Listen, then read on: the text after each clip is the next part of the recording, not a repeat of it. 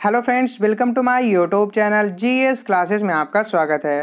Friends, आज हम अपनी इस वीडियो में TGT PGT sociology practice set number 73 को सॉल्व करेंगे। ये प्रैक्टिस सेट बिल्कुल ही सिलेबस के अकॉर्डिंग तैयार किया गया है, जिसमें हमने पिछले 15 से 20 सालों में पूछे गए एग्जाम, चाहे वह टीजीटी हो या पीजीटी, असिस्टेंट प्रोफेसर हो या यूजीसी नेट जेआरएफ आदि एग्जाम में पूछे गए क्वेश्चंस को इस वीडियो में शामिल किया गया है। तो वीडियो को पूरा देखिएगा और हाँ, अगर आपको वीडियो पसंद आए तो वीडियो को लाइक ज़रूर कर दीजिएगा और साथ ही साथ प्रैक्टिस सेट को सॉल्व करने के बाद कमेंट बॉक्स में कमेंट करके ये ज़रूर बताइएगा कि आज के प्रैक्टिस सेट में आपके टोटल कितने क्वेश्चन सही हुए। तो चलिए सॉल्व करते हैं आज के हमारे प्रैक्टिस सेट नंबर 73 के क्वेश्चन नंबर 1 को। आज का हमारा क्वेश्चन नंबर 1 है, social background of Indian nationalism नामक पुस्तक के लेखक कौन हैं? ऑप्शन नंबर ए है D N. Majumdar, option number B है D N. Dhanagare, option number C है एम.के. गांधी और ऑप्शन नंबर डी है ए.आर. देसाई। तो इस क्वेश्चन का राइट आंसर क्या हो जाएगा? इस क्वेश्चन का राइट आंसर होगा हमारा ऑप्शन नंबर डी, यानी कि ए.आर. देसाई ने। Social background of Indian nationalism पुस्तक के लेखक ए.आर. देसाई जी हैं। यह पुस्तक न केवल अपने मार्क्सवादी शैक्षिक परिप्रेक्ष्य के कारण एक नवीन प्रवृत्ति स्थापित करने वाला एक गौरव ग्रंथ रहा है, अपितु इसे भारत में समाजशास्त्र का इतिहास के साथ समागम करने वाली एक उत्कृष्ट प्रथम कृत कहा जा सकता है। देसाई जी ने अपनी पुस्तक में भारतीय समाज के अध्ययन में मार्क्सवादी सिद्धांत यानी कि ऐतिहासिक भौतिकवाद और पद्धति यानी कि द्वंद्वात्मकता का प्रयोग किया है। तो क्वेश्चन का राइट आंसर हो जाएगा ऑप्शन नंबर डी। आज का हमारा सेकंड क्वेश्चन है, निम्नलिखित में से किसने व्यवस्थापन को विरोधी सहयोग कहा है? तो किसने व्यवस्थापन को विरोधी सहयोग कहा है? तो इस क्वेश्चन का राइट आंसर हो जाएगा हमारा ऑप्शन नंबर बी, यानी कि समनर ने। एक प्रारंभिक अमेरिकी समाजशास्त्री तथा अर्थशास्त्री विलियम ग्राहम समनर का नाम प्रमुख रूप से जनरीतियों यानी कि फॉल्कवेज के अध्ययन के साथ जुड़ा है। एलविव में समाजशास्त्र विभाग की स्थापना का श्रेय जो है यह समनर को ही जाता है। ऐसा माना जाता है कि समनर ही प्रथम व्यक्ति थे जिन्होंने अमेरिका में समाजशास्त्र के अध्ययन की शुरुआत की। उन्होंने व्यवस्थापन को जो है विरोध सहयोग कहा है। तो क्वेश्चन का राइट आंसर हो जाएगा option number B.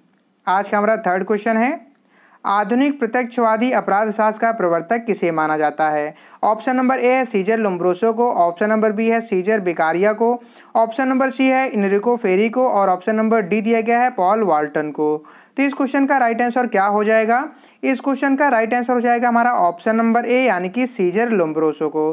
Scissor Lombroso Italy की सेना में एक चिकित्सक थे। अपने चिकित्सीय व्यवसाय के दौरान ही इन्होंने यह अनुभव किया था कि जैविकी एवं आनुवंशिक गुणों की जो अपराध में विशिष्ट भूमिका होती है और इसी के आधार पर उन्होंने अपराधी प्रकार के सिद्धांत को प्रेरित किया, जो जन्मजात अपराधी के सिद्धांत के नाम से भी जाना जाता है। इसीलिए उनको आधुनिक प्रत्यक्षवादी अपराध शास्त्र का प्रवर्तक माना जाता है। तो क्वेश्चन का राइट आंसर हो जाएगा ऑप्शन नंबर ए। आज हमारा अगला प्रश्न है, निम्नलिखित में से किसने न्यासिता परिवार की चर्चा की है? ऑप्शन नंबर ए है राधा कमल मुखर्जी ने, ऑप्शन नंबर बी है भगवान दास ने, ऑप्शन नंबर सी है कार्ल सी जिमरमैन ने और ऑप्शन नंबर सी दिया गया है एम.एन. राय ने। तो इस क्वेश्चन का राइट आंसर क्या हो जाएगा? इस क्वेश्चन का राइट आंसर होगा हमारा ऑप्शन नंबर सी, यानी कि कार्ल सी जिमरमैन ने। कार्ल जिमरमैन ने एक ऐसे परिवार को धरोहरधारी न्यासी परिवार कहा है जिसमें संपूर्ण परिवार के कल्याण की बलवेदी पर व्यक्तिगत स्वार्थों एवं हितों को न्यौछावर कर दिया जाता है। ऐसे परिवारों में मानदंडों का पालन करना अनिवार्य होता है। तो क्वेश्चन का राइट आंसर होगा ऑप्शन नंबर सी। आज हमारा अगला प्रश्न है, श्रम विभाजन परस्पर निर्भरता के द्वारा समाज में एकता लाता है, यह सिद्धांत किसने प्रतिपादित किया? ऑप्शन नंबर ए है इमाइल दुर्खीम ने, ऑप्शन नंबर बी है मैक्स वेबर ने, ऑप्शन नंबर सी है एडम स्मिथ ने और ऑप्शन नंबर डी दिया गया है कार्ल मार्क्स ने। तो इस क्वेश्चन का राइट आंसर क्या हो जाएगा? इस क्वेश्चन का राइट आंसर होगा ऑप्शन नंबर ए, यानी कि इमाइल दुर्खीम ने। दुर्खीम को पहला अकादमिक समाजशास्त्री माना जाता है। उन्होंने अपने प्रथम ग्रंथ the division of labour in society 1893 में ब्रिटिश लेखक हर्बर्ट स्पेंसर के इस तर्क का खंडन किया है कि औद्योगिक समाजों की व्यवस्था को व्यक्तियों के निजी स्वार्थों के आधार पर निर्मित संविदात्मक समझौते के द्वारा समझाया जा सकता है। दुर्खीम ने प्रतिपादित किया है कि श्रम विभाजन परस्पर निर्भरता के द्वारा समाज में एकता लाता है। तो क्वेश्चन का राइट आंसर हो जाएगा ऑप्शन नंबर ए। आज का हमारा अगला प्रश्न है, किसने कहा है कि विवाह का बुनियादी आधार परिवार है, न कि परिवार का आधार विवाह? ऑप्शन नंबर ए है L H. Morgan, option number B है A L. Kroeber, option number C है ई. वेस्टरमार्क और ऑप्शन नंबर डी दिया गया है इवांस प्रिचार्ड। तो इस क्वेश्चन का राइट आंसर क्या हो जाएगा? इस क्वेश्चन का राइट आंसर होगा हमारा ऑप्शन नंबर सी यानी कि ई वेस्टरमार्क ने। एडवर्ड अलेक्जेंडर वेस्टरमार्क एक फिनिश समाजशास्त्री, मानवशास्त्री और दार्शनिक थे। वेस्टरमार्क अपनी सुप्रसिद्ध पुस्तक मानवीय विवाह का इतिहास 1891 के लिए विशेष रूप से जाने जाते हैं। इस पुस्तक में इन्होंने इस विचार का खंडन किया है कि हमारे आद्य पूर्वज पूर्णतया लैंगिक रूप में कामाचारी थे। इस संबंध में उनकी यह उक्ति उल्लेखनीय है कि एक विवाह ही विवाह का एकमात्र सच्चा रूप है, रहा है या रहेगा। उनके अनुसार विवाह का बुनियादी आधार परिवार है, ना कि परिवार का आधार विवाह है। तो क्वेश्चन का राइट आंसर हो जाएगा ऑप्शन नंबर सी। आज का हमारा अगला प्रश्न है, मार्क्सवादी सिद्धांत के अनुसार कौन सी एक मूल संरचना है? ऑप्शन नंबर ए है कानून व्यवस्था, ऑप्शन नंबर बी है राजनैतिक व्यवस्था, ऑप्शन नंबर सी है आर्थिक व्यवस्था और ऑप्शन नंबर डी है सामाजिक व्यवस्था। तो इस क्वेश्चन का राइट आंसर क्या हो जाएगा? इस क्वेश्चन का राइट आंसर होगा हमारा ऑप्शन नंबर सी यानी कि आर्थिक व्यवस्था। मार्क्स जर्मनी के एक मूर्धन सामाजिक सिद्धांतकार थे। वे क्रांतिकारी साम्यवाद और समाजशास्त्र में विशेषता ऐतिहासिक भौतिकवाद के अपने सिद्धांत के लिए जाने जाते हैं। दुर्खीम और मैक्स वेबर सहित मार्क्स की गणना समाजशास्त्री चिंतन के विकास में एक अग्रणी चिंतक के रूप में की जाती है। ऐसा कहा जाता है कि मार्क्स स्वयं समाजशास्त्री नहीं थे, किंतु मार्क्स के विचारों में अवश्य समाजशास्त्र निहित है। मार्क्स धर्मनिरपेक्ष, मानवतावादी और नैतिक सिद्धांतों में आस्था रखने वाले चिंतक थे। मार्क्स मुख्य रूप से पूंजीवादी समाज के सिद्धांतकार रहे हैं। मार्क्स ने आर्थिक व्यवस्था को ही मूल संरचना माना है क्योंकि मार्क्स आर्थिक निर्धारणवादी थे। क्वेश्चन का राइट आंसर हो जाएगा ऑप्शन नंबर सी। आज का हमारा अगला प्रश्न है, मिताक्षरा एवं दाय भाग है क्या है? ऑप्शन नंबर ए है वर्णाश्रम धर्म के संबंध में चिंतन के दो संप्रदाय, ऑप्शन नंबर बी है ग्रामीण भारत में फसल काटने के दो त्यौहार, ऑप्शन नंबर सी है वैदिक युग के दो दर्शन शास्त्री और ऑप्शन नंबर डी दिया गया है हिंदुओं के पैतृक संपत्ति के उत्तराधिकारी एवं दाय प्राप्त के विनियमित करने के लिए कानून के दो प्रधान संप्रदाय। तो इस क्वेश्चन का राइट आंसर क्या हो जाएगा हमारा? इस क्वेश्चन का राइट आंसर होगा हमारा ऑप्शन नंबर डी यानी कि मिताक्षरा एवं दाय भाग हिंदुओं के पैतृक संपत्ति के उत्तराधिकार एवं दाय प्राप्त को विनियमित करने के लिए कानून के दो प्रधान संप्रदाय हैं। क्वेश्चन का राइट आंसर होगा ऑप्शन नंबर डी। आज का हमारा अगला प्रश्न है, भूमिका पुंज में अस्थायित्व यानी कि संघर्ष के संरचनात्मक कारकों का सिद्धांत किसने प्रतिपादित किया है? ऑप्शन नंबर ए है राल्फ लिंटन ने, ऑप्शन नंबर बी है टी पार्सन्स ने, ऑप्शन नंबर सी है एस.एफ. नाडेल ने और ऑप्शन नंबर डी दिया गया है आर.के. मर्टन ने। तो इस क्वेश्चन का राइट आंसर क्या हो जाएगा हमारा? इस क्वेश्चन का राइट आंसर होगा हमारा ऑप्शन नंबर डी यानी कि आर.के. मर्टन ने। एक विशिष्ट सामाजिक परिस्थिति के साथ जुड़ी हुई भूमिकाओं के समुच्चय को भूमिका पुंज कहते हैं। इस अवधारणा का प्रयोग आर.के. मर्टन ने किया है। मर्टन के अनुसार भूमिका पुंज से मेरा तात्पर्य भूमिका संबंधों के उस ताने बाने से है जिसमें एक व्यक्ति एक विशिष्ट सामाजिक परिस्थिति को धारण करने के कारण बंधा होता है। भूमिका पुंज में संघर्ष के संरचनात्मक कारकों का सिद्धांत भी मर्टन ने प्रतिपादित किया है। तो क्वेश्चन का राइट आंसर हो जाएगा ऑप्शन नंबर डी। आज का हमारा अगला प्रश्न है, सामाजिक व्यवस्था के एजिल मॉडल को किसने विकसित किया है? ऑप्शन नंबर ए है मैक्स वेबर ने, ऑप्शन नंबर बी है एंथोनी गिडेंस ने, ऑप्शन नंबर सी है जेसी बर्नार्ड ने और ऑप्शन नंबर डी दिया गया है टालकाट पार्सन्स ने। तो इस क्वेश्चन का राइट आंसर क्या हो जाएगा हमारा? इस क्वेश्चन का राइट आंसर होगा हमारा ऑप्शन नंबर डी यानी कि टालकाट पार्सन्स ने। सामाजिक क्रिया को सामाजिक प्रणाली यानी कि व्यवस्था तथा प्रणालियों में संबद्ध पार्सन्स ने प्रणालियों और उप प्रणालियों के बृहद प्रतिरूप यानी कि मॉडल की रचना की है। उन्होंने बताया कि कोई भी प्रणाली तब तक जीवित रह सकती है जब तक वह चार प्रकार्यात्मक आवश्यकताओं की पूर्ति करती रहती है। ये चार आवश्यकताएं हैं अनुकूल, लक्ष्य उपलब्धि, एकीकरण, प्रतिमान, अनुरक्षण। इन आवश्यकताओं की पूर्ति की प्रक्रिया में प्रत्येक प्रणाली यानी कि व्यवस्था चार प्रकार की विशिष्ट उपव्यवस्थाओं को विकसित करती है। पार्सन्स की सर्वाधिक प्रसिद्ध वर्गीकृत योजनाओं में यह योजना AGIL मॉडल के नाम से जानी जाती है। तो क्वेश्चन का राइट आंसर होगा ऑप्शन नंबर डी। आज हमारा अगला प्रश्न है, किसने यह मत दिया है कि स्त्रीकरण समाज की एक प्रकार्यात्मक आवश्यकता है? ऑप्शन नंबर ए है टालकाट पार्सन्स ने, ऑप्शन नंबर बी है S.M. ट्यूमिन एवं आर.के. मर्टन ने, ऑप्शन नंबर सी है कार्ल मार्क्स ने और ऑप्शन नंबर डी दिया गया है के डेविस एवं W.E. मूर ने। तो इस क्वेश्चन का राइट आंसर क्या हो जाएगा हमारा? इस क्वेश्चन का राइट आंसर होगा हमारा ऑप्शन नंबर डी यानी कि के डेविस एवं डब्ल्यू.ई. मूर ने। समाजशास्त्र के आम पाठकों यानी कि विद्यार्थियों के बीच डेविस विशेष रूप में अपनी पुस्तक मानव समाज 1936 के लिए जाने जाते हैं। यह पुस्तक पार्सन्स मर्डनवादी परिप्रेक्ष्य पर आधारित है, जिसमें सामाजिक संरचना और सामाजिक प्रकारों का एक सामान्य दृष्टिकोण प्रस्तुत किया गया है।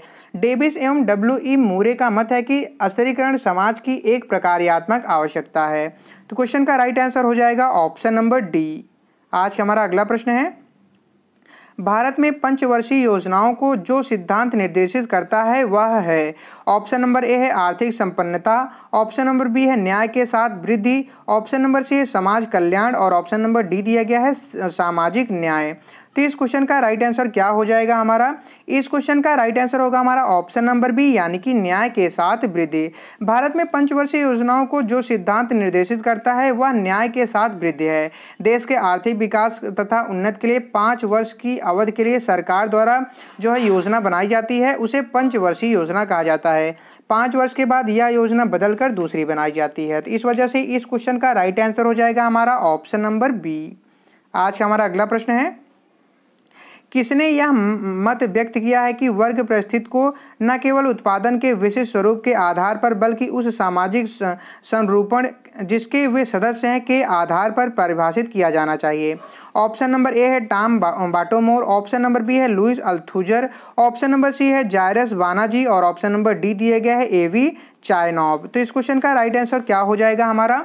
इस क्वेश्चन का राइट आंसर हो जाएगा हमारा ऑप्शन नंबर बी यानी कि लुइस अल्थुजर। ठीक है, 20वीं शताब्दी के सर्वाधिक मौलिक और प्रखर फ्रांसीसी नव मार्क्सवादी सामाजिक दार्शनिक एवं चिंतन लुइस अल्थुजर ने मानविकी और सामाजिक विज्ञानों में एक करिश्माई किंतु अत्यंत विवादास्पद सिद्धांतकार के रूप में अपनी छाप अंकित की है। अल्थुजर को एक और जो है नव मार्क्सवादी और दूसरी ओर उन्हें संरचनात्मक मार्क्सवादी विचारक जो है माना जाता है। एक नव मार्क्सवादी के रूप में उन्होंने रूढ़िवादी मार्क्सवाद की धारणाओं जैसे आर्थिक निर्धारणवाद, इतिहासवाद, मानवतावादी मार्क्स आदि को जो है चुनौती दी है और उन्होंने माना है कि वर्ग परिस्थिति को न केवल उत्पादन के विशिष्ट स्वरूप के आधार पर बल्कि उस सामाजिक संरूपण के से जिसके वे सदस्य हैं के आधार पर परिभाषित किया जाना चाहिए। क्वेश्चन का राइट आंसर हो जाएगा हमारा ऑप्शन नंबर बी। आज का हमारा अगला प्रश्न है, समाज शास्त्र को समाज का एक प्राकृतिक विज्ञान किसने माना है? ऑप्शन नंबर ए है A.R. रैडक्लिफ ब्राउन ने, ऑप्शन नंबर बी है अगस्त काम्टे ने, ऑप्शन नंबर सी है P.M. सोरोकिन ने और ऑप्शन नंबर डी दिया गया है L.T. हाउहाउस ने। तो इस क्वेश्चन का राइट आंसर क्या हो जाएगा? इस क्वेश्चन का राइट आंसर होगा हमारा ऑप्शन नंबर बी यानी कि अगस्त काम्टे ने। प्रत्यक्षवाद और प्रत्यक्षवादी दर्शन के जन्मदाता अगस्त काम्टे को समाजशास्त्र का पिता कहा जाता है। काम्टे ने ही सोशियोलॉजी शब्द की रचना की थी। यद्यपि वे पहले व्यक्ति नहीं हैं जिन्होंने समाजशास्त्र के बारे में समाजशास्त्रीय ढंग से सोच विचार किया हो। इनके पूर्व सेंट साइमन भी इसी ढंग से समाज के बारे में सोच विचार कर रहे थे। काम्टे के अनुसार समाजशास्त्र समाज का एक प्राकृतिक विज्ञान है। क्वेश्चन का राइट आंसर होगा ऑप्शन नंबर बी। आज का हमारा अगला प्रश्न है, निम्नलिखित में से किसने निषेध की व्याख्या सामाजिक नियंत्रण के यंत्रकारी रूप में की है? ऑप्शन नंबर ए है पीटर बर्गर ने, ऑप्शन नंबर बी है रेमंड फर्थ ने, ऑप्शन नंबर सी है थॉमस लकमैन ने और ऑप्शन नंबर डी दिया गया है इमाइल दुर्खीम ने। तो इस क्वेश्चन का राइट आंसर क्या हो जाएगा हमारा? इस क्वेश्चन का राइट आंसर हो जाएगा हमारा ऑप्शन नंबर डी यानी कि इमाइल दुर्खीम ने। इमाइल दुर्खीम को आधुनिक समाजशास्त्र विषय के संस्थापकों में से एक अग्रणी प्रवर्तक माना जाता है तथा इनको प्रकारवादी परिप्रेक्ष्य की शुरुआत करने का श्रेय दिया जाता है। निषेध एक कठोर सामाजिक नियम का संकेत देता है जो कुछ वस्तुओं, व्यक्तियों और व्यवहारों को वर्जनाओं की श्रेणी में रखकर उनके उल्लंघन पर समूह अथवा समाज द्वारा दंड की व्यवस्था करता है। दुर्खीम ने निषेध की व्याख्या सामाजिक नियंत्रण के यंत्रकारी रूप में की है। इनके अनुसार अन्य संस्कारों की भांति एक निषेध सामाजिक एकजुटता को बनाए रखने में महत्वपूर्ण भूमिका अदा कर सकता है। तो इस वजह से इस क्वेश्चन का राइट आंसर हो जाएगा ऑप्शन नंबर डी। आज का हमारा अगला प्रश्न है, भारत में अंतरजातीय संबंधों का विश्लेषण W.H. वाइजर ने निम्नलिखित पदों में से किसके आधार पर किया है? ऑप्शन नंबर ए है सामाजिक संबंध, ऑप्शन नंबर बी है पारिवारिक संबंध, ऑप्शन नंबर सी है वैवाहिक संबंध और ऑप्शन नंबर डी दिया गया है जजमानी संबंध। तो इस क्वेश्चन का राइट आंसर क्या हो जाएगा? इस क्वेश्चन का राइट आंसर क्या हो जाएगा हमारा? तो इस क्वेश्चन का राइट आंसर होगा हमारा इस क्वेश्चन का राइट आंसर हो जाएगा हमारा ऑप्शन नंबर डी यानी कि जजमानी संबंध। ठीक है, अंतर पारस्परिक एवं अंतर जातीय संबंधों पर आधारित परंपरागत पेशेवर कर्तव्यों की एक ऐसी व्यवस्था को जजमानी के नाम से जाना जाता है जिसमें यजमान यानी कि संरक्षक से कमीन यानी कि सेवादारों के बीच के संबंधों की प्रकृति स्वामी यानी कि बॉस और दास यानी कि मातहत या अधीनस्थ की होती है। इस व्यवस्था का सर्वप्रथम एक व्यवस्थित अध्ययन W.H. वाइजर ने 1958 द्वारा किया गया है। वाइजर इसे विभिन्न जातियों को आपस में जोड़ने वाली लगभग जो है समतावादी व्यवस्था मानते हैं। तो क्वेश्चन का राइट आंसर हो जाएगा हमारा ऑप्शन नंबर डी।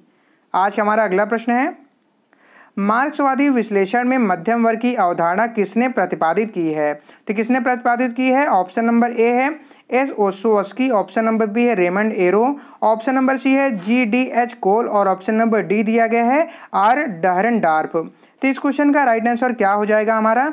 इस क्वेश्चन का राइट आंसर होगा हमारा ऑप्शन नंबर डी यानी कि आर डहरनडार्फ ने। डेरेनडार्फ का प्रमुख योगदान वर्ग सिद्धांत यानी कि वर्ग संघर्ष और भूमिका सिद्धांत के क्षेत्र में है। मार्क्सवादी विश्लेषण में मध्य वर्ग की अवधारणा का प्रतिपादन आर डेरेनडार्फ ने की है। तो क्वेश्चन का राइट आंसर हो जाएगा ऑप्शन नंबर डी। आज का हमारा अगला प्रश्न है,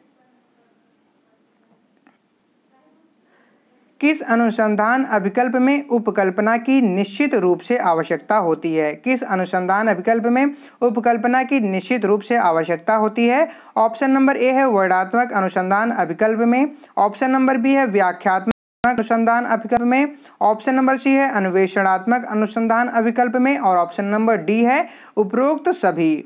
तो इस क्वेश्चन का राइट आंसर क्या हो जाएगा? इस क्वेश्चन का राइट आंसर होगा हमारा ऑप्शन नंबर सी यानी कि अन्वेषणात्मक अनुसंधान अभिकल्प में। ठीक है, अन्वेषणात्मक अनुसंधान अभिकल्प में उपकल्पना की निश्चित रूप से आवश्यकता होती है। तो क्वेश्चन का राइट आंसर होगा ऑप्शन नंबर सी।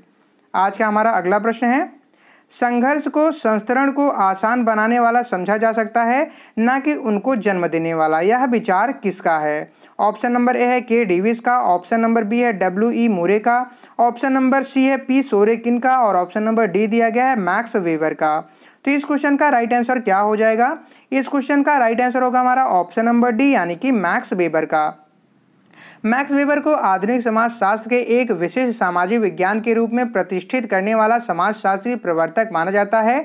संघर्ष के बारे में अपने विचार व्यक्त करते हुए वेबर ने स्पष्ट कहा है कि शक्ति से संबंधित संगठित संघर्ष सामाजिक जीवन का एक महत्वपूर्ण पक्ष है, किंतु इसका वर्ग संघर्ष से जुड़ा होना आवश्यक है। इनके अनुसार जो है संघर्ष को संस्तरण को आसान बनाने वाला समझा जा सकता है, ना कि जन्म देने वाला। इस वजह से क्वेश्चन का राइट आंसर हो जाएगा ऑप्शन नंबर डी। आज का हमारा अगला प्रश्न है, सूची 1 को सूची 2 से सुमेलित कीजिए तथा और सूचियों के नीचे दिए गए कूट की सहायता से सही उत्तर का चुनाव कीजिए। यहाँ पे सूची नंबर 1 दिया गया है और ये हमारा सूची नंबर 2 दिया गया है, इनका आपस में मिलान करना है। तो आइए मिलान करते हैं। पहला है जनजातीय शोषण की हिंदू पद्धति। जनजातीय शोषण की हिंदू पद्धति का संबंध किससे है? तो यह संबंध है एन के बोस से। दूसरा है हिंदूकरण। हिंदूकरण का संबंध किससे है? हिंदूकरण का संबंध मैक्स वेबर से है। तीसरा है राजपूतीकरण, इसका संबंध है सुरजीत सिन्हा से। और चौथा दिया गया है कुलीनीकरण। कुलीनीकरण का संबंध किससे है?